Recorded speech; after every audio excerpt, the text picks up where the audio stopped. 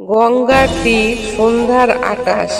এক ভক্ত বসে শ্রীকৃষ্ণের নাম জপ করছেন, হাতে রুদ্রাক্ষের মালা। নদীর মাঝ বরাবর হঠাৎ ভক্ত নদীতে ভেসে যাচ্ছেন। স্রোত খুব প্রবল।